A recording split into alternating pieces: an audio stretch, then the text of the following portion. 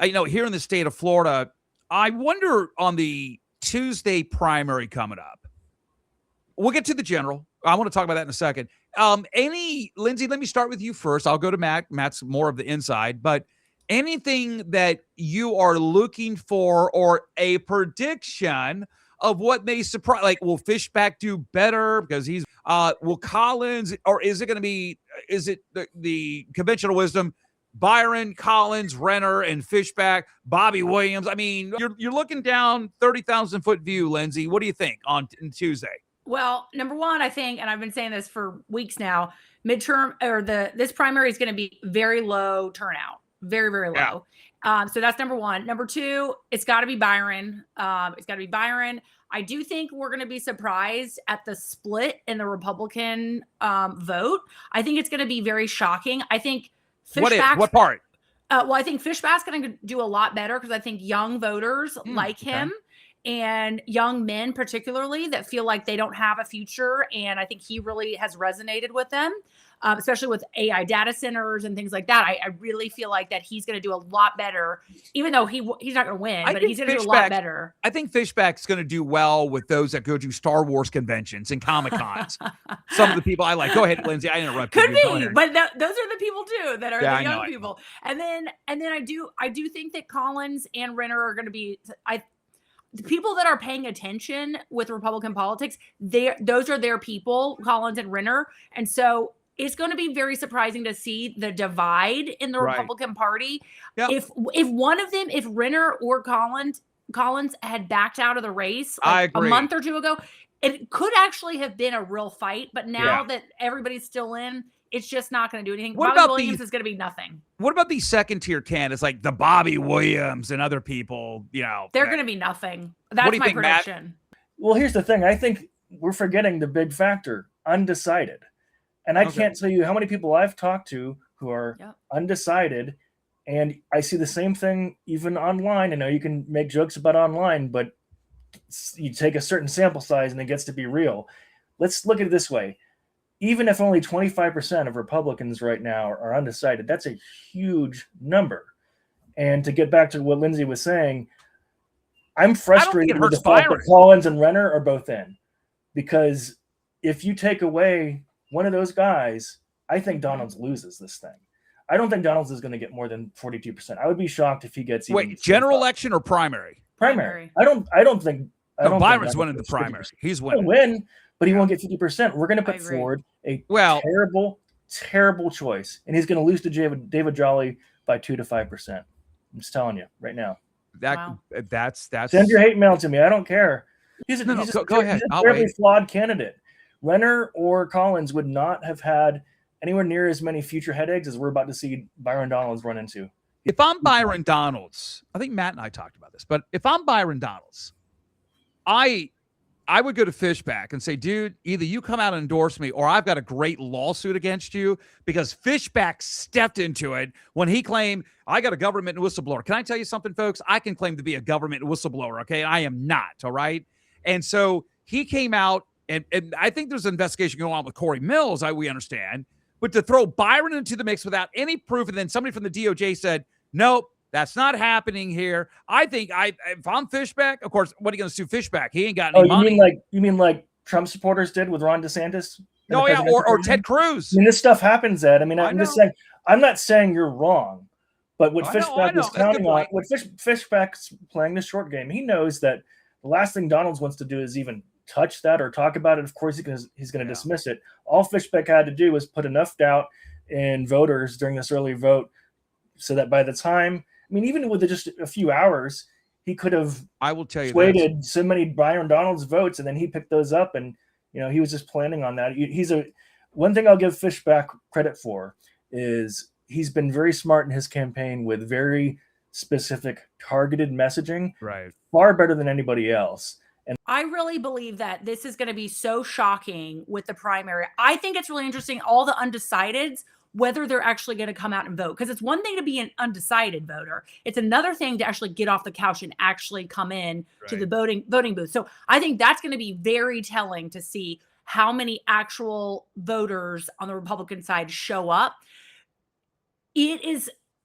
don't think I agree with Matt. I think that it's going to be not a slam dunk. Like, I don't think that Byron's going to get it over 50%. I think some of these polls are bogus, and they're not taking into account all those undecided. I mean, Byron is not looking good because he was the one to refuse the debate. So all that combined is not looking good for Byron. When he becomes the nominee, though, he has a heck of a time between now and November to actually make the case, because I think it's going to be a real, like, if he does win, I think it's going to be a really, really hard sell. All right, let's have a little fun here, but I'm going to put you on the spot, Matt. What is Byron's? What's the word? The opposite of asset is liability. Who do you think who or what? That's your hint. Who or what do you think is his biggest liability? Not besides Donald Trump. I have the answer, but what do you think could be his biggest liability going in against David Jolly? It'll be potential scandals that his wife could be involved with in charter schools. Second will be his support of data centers. The combination of that, he's going to lose. He's going to lose to David Jolly. That's why. These people told me that they said they think his wife, and this is not a slam against his wife here because she's been on the show. They think his wife and the bad publicity that is there that really hasn't even been touched upon, not so much with Optima, but she had contracts with a boatload of schools. And what happened? If David Jolly is smart, you won't attack charter schools. Now, is there fraud that's happened in charter schools? Yeah, Fox News, the Trump White House is undercover that. Don't attack charter schools because we like them. But if you want to talk about whatever you assume, that's one thing. But Lindsay, you would be wrong to attack charter schools.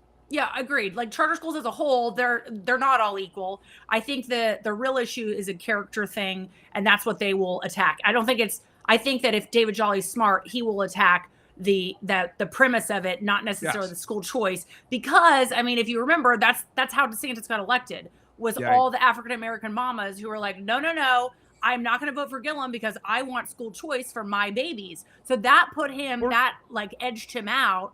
And because otherwise we'd have an Andrew Gillum meth head. Alleged meth head. Yeah, alleged. In the governor's mansion. Yeah, and I think with Donald's, the biggest thing is the pattern of him enriching himself at the expense of others. That will come up too. And that's how Jolly's going to portray it. Sorry, go ahead. No, that was my fault. Before we go, we did a story. I think it's out today. FloridaDaily.com just says notes about the governor's race leading up to the primary on Tuesday.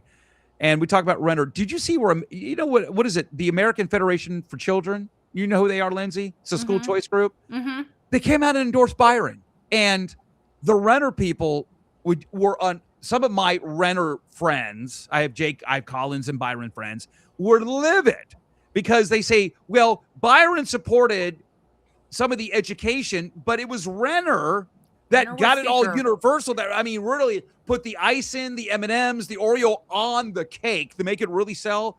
And the Renner people, I think they've got a legit beef, but it's all politics. It's all. Yeah. But I saw that where the school choice crowd, I mean, you would think of Renner, but they wouldn't endorse Byron. I mean, at the end of the day, everyone's going to try to take credit for the victories, and everyone's going to try to, blame the other for the terrible decisions and the terrible policy that's come out. So, I mean, it's politics. It's smear campaigns and smear tactics. And I love the school choice. I just, it's a fascinating debate. Who's really one of the top people Byron supported. I'm not knocking it, but the real one that came out in 2023 with DeSantis and Renner was that's like saying, but those are real tax cuts like that. These weren't like artificial. These were real tax cuts. So that's what. And if Donalds does break 50%, I'll be the first to admit I was wrong. And if he gets over that mark, even if he gets 60% or 75% in this primary, I still think he loses in the general budget. So, all right, real quick before we go on this one, Donalds wins. Primary. Renner is moving up. I think Collins comes in second. That's just me. I do too. I think Renner is second, and then Renner, Fishback. And then so anyway, or none of the above. All right, another good one we have here. Don't forget and subscribe to our YouTube page and our Facebook page as well. But remember, everything, and we appreciate it, is everything right here is at FloridaDaily.com.